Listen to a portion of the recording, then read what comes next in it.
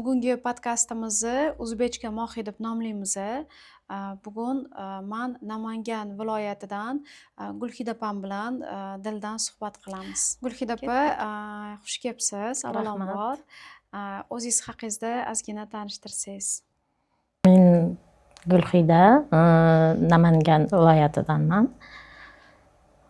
Shu Toshkentda ishlaymiz. Nima ish bilan shug'ullanasiz?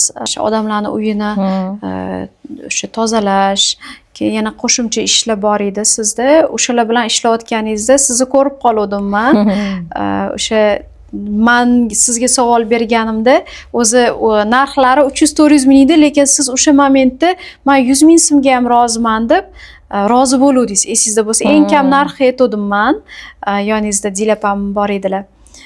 Nimaga bunaqa bo'lyapti hayotingizda? Nima misol uchun aynan o'sha kuni nimaga siz shunga ham rozi bo'ldingiz? O'shalarni gapirib ketavering, yaqinroq dildan gapiravering, hammasini borini, boricha.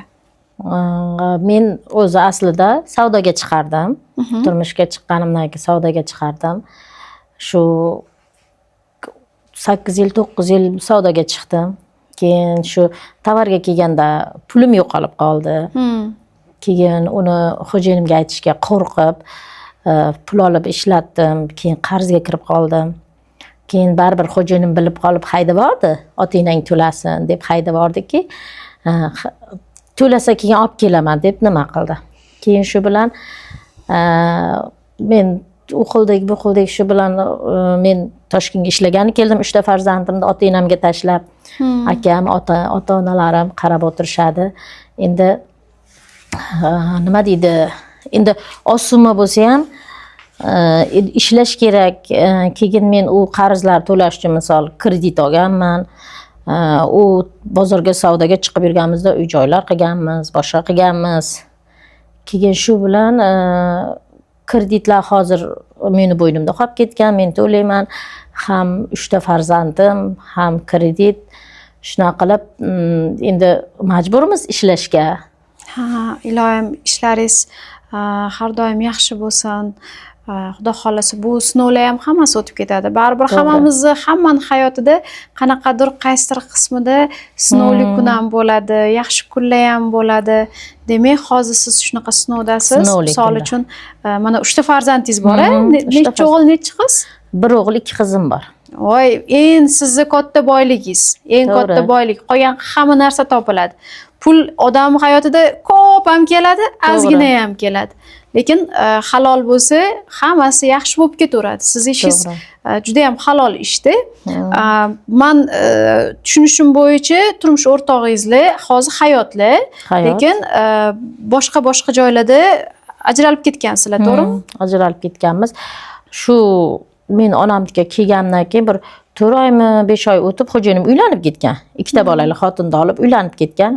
Keyin shu bilan Qozog'istonga chiqib ketgan. Mana 1 yil bo'lyapti, lekin bironta farzandimdan bir xabar olmaydi yoki boshqa qilmaydi. Farzandimni ham boqaman, kreditimni ham to'layapman. Ba'zida shu topgan pulimni har kun kunligim kunda topaman, kreditga tashlayman. Даже farzandlarimga o'sha pul bera olmayman ham. Akam qaraydi, kiyintiradi, kasal bo'lsa qaraydi, ota-onam pensioner, ular qarashadi. Shunaqa qilib, endi boriga shukr, ularni ham hamisha yonimda. Endi shuna nima deydi? Asosan shunda boquvchi o'zingizsiz. O'zimman. Hali farzandlaringiz yosh. Ularni eng kichkina farzandim 4 yoshda. Eng kichigi. Men ham kichkina bolalarim bor, lekin rasxoti ham katta odamlarnikidek. Tushunaman men sizni. O'shaning uchun ham siz mayli kam summa bo'lsa ham deb tavakkal chiqib ketaverasiz. Kam bo'lsa ham endi kreditga tashlashim kerak. Yo bo'lmasa bir farzandlarim hozir gripp bo'ldi hamma yerda. O'shanda uchalasi ham hammasi bir qo'yib bir yotdi. Endi baribir unga bo'lmasa bunga ishlataman deb, misol kam summa bo'lsa ham ishlab kelaveray deb chiqib nima qildim. Endi nima deydi? O'shanda men nima qilaman? Allohim, men o'sha ishga borib kelin bo'lib tushib boshqa qilib, lekin hammasiga foydam tekkanda hech kimga zararim tegib yo bir narsa qilmaganman. Qo'limda bor edi, kim nima so'rasa mana deganman. Keyin aytadiki, Allohim amali suygan bandasiga sinov beradi. Hali tovarim rosa ko'p, kim nima so'rasa berib hali yaxshi kunlaringizda hamma yoningizda bo'lar ekan. Hali boshingizga bitta tashvish tushsa, yoningizda hech kim qolmaydi ekan. Ota-enangiz, aka-ukangizdan boshqa hech kim sizni yoningizda turib bermaydi-da. Men haligi mana sizga qilib qaraganlaringiz ham sizni yoningizda turmaydi. Taqaytali ustingizdan kuladi. Manaqa bo'pti, manaqa ekan-u deb. O'shanday hozir lekin hech kim birovni ustidan kuladigan payt emas, chunki to'g'ri. Aytadi-yu, hayot bumerang deydi. Bugun men bo'lsam, ertaga kulganlar ham meni holatimga tushishi mumkin. Endi Xudo xolasa hammasi iloyim yaxshi bo'lsin. To'g'ri. Sizga beradigan savolim, masalan, mana 3 ta farzandingiz bilan hozir mana shu qiyinchiliklardan o'tyapsiz, boshqa bo'lyapti, lekin ayol kishi sifatida masalan mana o'zbekchalarim sizni ko'ryapti-da.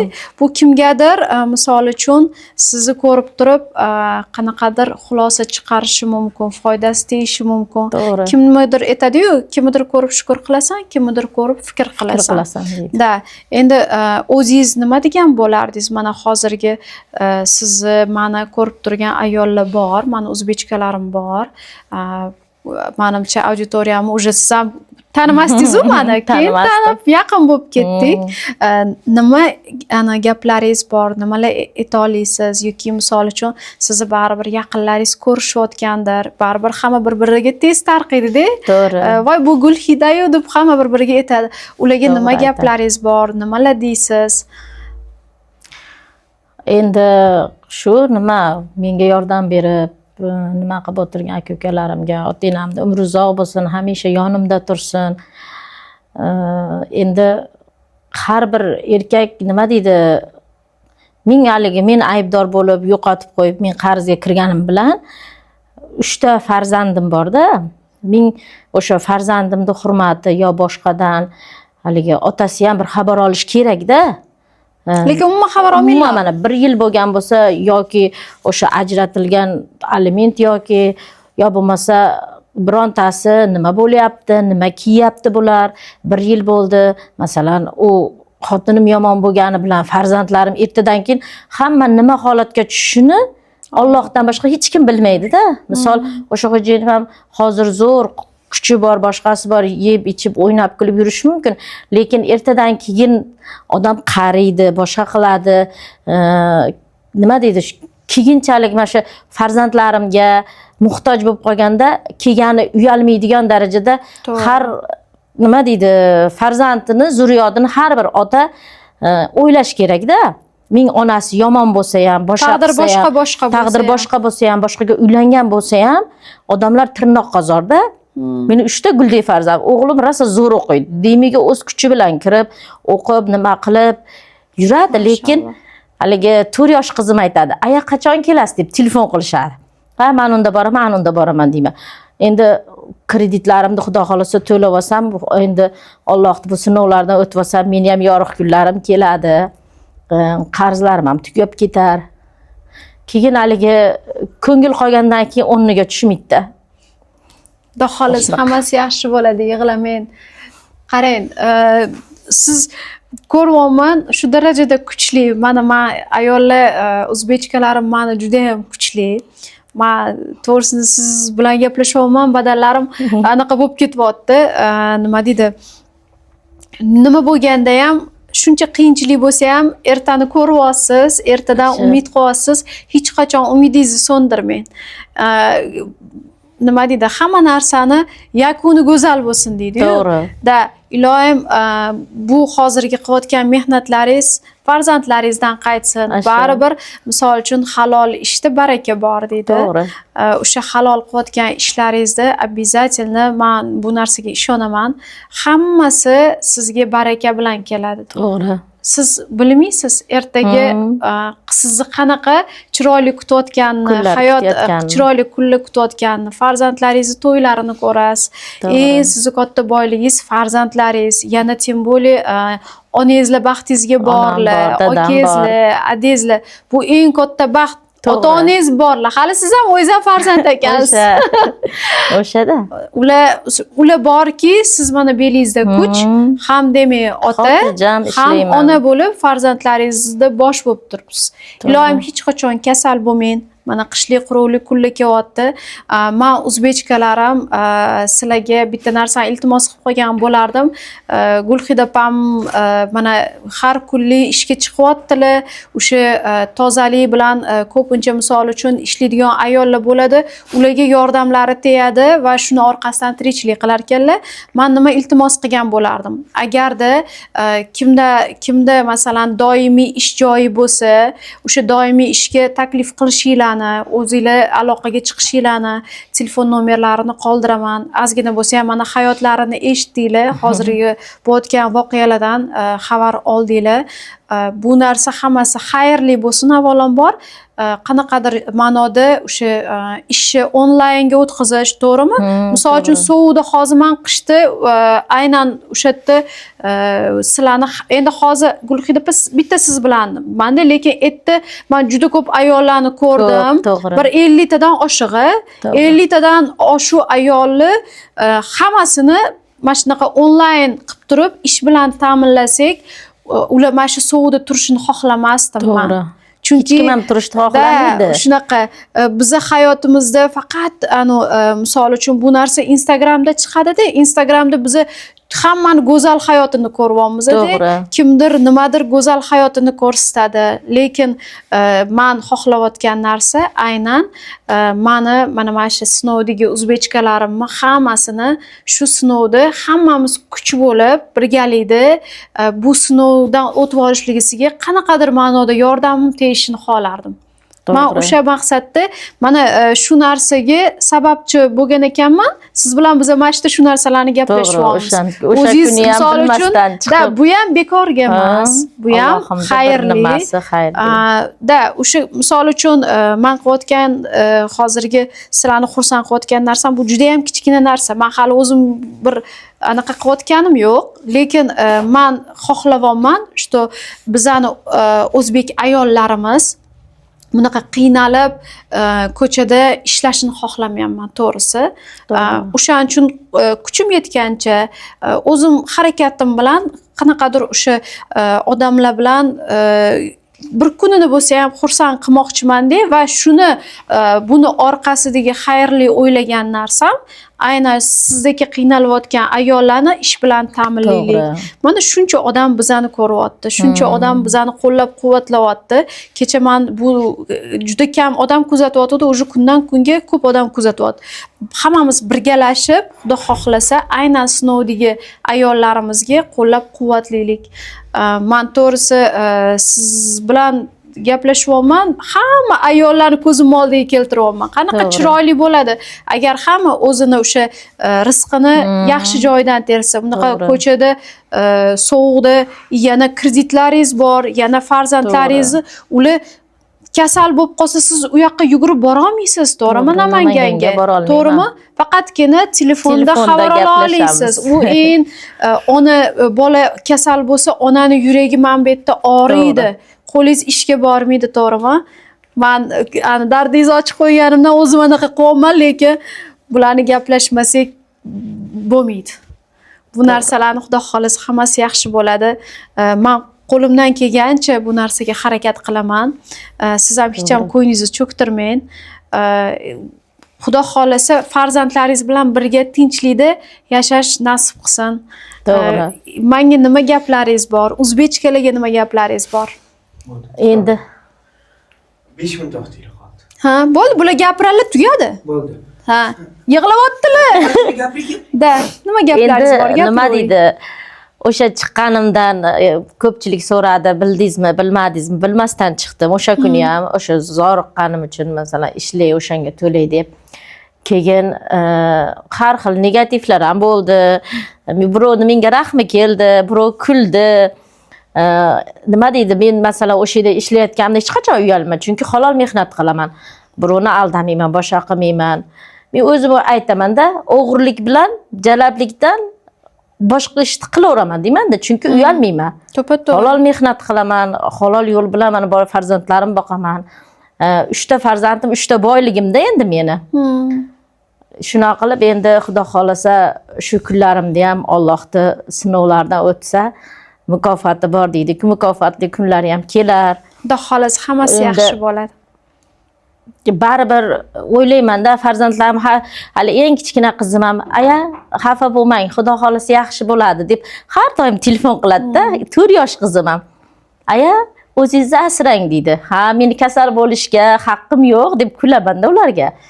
Lekin Allohga shukr, farzandlarim hammasi aqlli, lekin nima deydi, meni bu kunlarimni ko'rib, hammasi dars bo'lyapti-da ularga, hammasi o'ylab, nima qilib. Endi har qanaqa vaziyatda ham, nima bo'lganda ham, ona yomon bo'lsa ham, baribir o'sha farzandlarim kimnidir nevarasi, kimnidir jiyani, kimnidir farzandi bor deng. Hamma qarindosh nimalarimiz bor. Lekin hali men ularga bir narsa talab qilib yo boshqa qilmayman. Lekin har qanday ota farzandlarini ta'minlab qo'yish kerak-da. Endi qachondir bir kun menga foydasi tegadi degan niyatda emas, baribir majburiyati bor-ku, farzand 18 yoshga to'lguncha har bir ota, vijdoni bor otalar, masalan, jichcha bo'lsa ham ta'minotini qilish kerak-da. Endi onasi ayb qildi, onasida ayb deyish kerak emas-da. Masalan, ayb menda bo'lgan taqdirda ham farzand bitta o'zimniki emas, bitta o'zimniki emas-ku, yo men ko'chadan ertalab kelmaganman, o'sha o'zi ikkalamizniki bo'lgandan keyin har qanday ota ham farzandlar oldida majburiyatini unutmash kerak-da. O'shanga aytaman-da, o'zim keyin aytaman, mayli, Xudoyim bir yo'lga boshlar deb yana o'zimga o'zim dalda berib har kuni yana turib ishga ketaveraman. Xudo xohlasa-da hammasi yaxshi bo'ladi. Gulhida opa, bitta savolim bor. Hayotingizda ushalmagan orzularingiz ko'p. To'g'ri. Lekin eng xohlayotganingiz bittasini bo'lsa ham ayting. Eng xohlayotgan orzuyim shu tezroq shu kreditlarim to'lab, farzandlarim oldiga borib, keyin yana ishlab, uy-joy qilish, umra safarlariga onalarim bilan birga borish. Ilohim hamma niyatlaringizga yeting. O'zbekchalarim, sizlar ham duo qilib qo'yinglar. Gulhida opam mana hozirgi tashvishlardan hammasidan eson-omon qutulib olsinlar. Ilohim mana shu niyatlariga yetsin. Yeting. Ilohim o'sha umra safarlariga oyingizlar bilan, yaqinlaringiz bilan. Men nima xohlagan bo'lardim, o'zingizni oilangiz davrasida farzandlaringiz bilan mazza qilib, ovqatlanib, billa ularni yonligisida mazza qilib yashashingizni xohlardim. U siz u yoqda ayro, siz Toshkentda, Namanganda, yana bu yoqda kreditlar, bular hammasi tezroq tugasin. Rahmat sizga bugungi kun uchun, bugungi siz bilan dildan suhbatlashganimiz uchun kattakon rahmat. Ilohim mushkullaringiz hammasi oson bo'lsin. Hamisha ishlaringiz bardavom bo'lsin. Bizni eshitib, qo'llab-quvvatlayapsiz. Allohim hamisha ishlaringizni o'ngidan keltirsin. Hamisha Allohga men ham shukr deyman. O'tgan yil xuddi shunaqa paytlar Toshkentga yangi kelgandim. Kreditlarim rosa ko'p edi. Endi mana hozir ishlab, mana 1 yil bo'ldi. 1 yildan beri ancha qutulib ozroq qoldi. Siz ham bizni eshitib, tinglab, dardimizni olganingiz uchun shukr, xursand qilganingiz shukr. O'sha kuni mazza qilib dam oldik. Rahmat hamisha sizga, hamisha nima deydi, har qanaqa sinovlarga bardosh berib, Allohimning mukofotiga yeting siz ham. Inshaalloh yetganingiz kelsin. Rahmat sizga Gulhida opa. Rahmat, xo'p. Keling, quchoqlab qo'y. Ramda va YouTube kanalimizda O'zbekcha Mohiga obuna bo'lish esingizdan chiqmasin. Sizlar ham bizani qo'llab-quvvatlashda davom etinglar.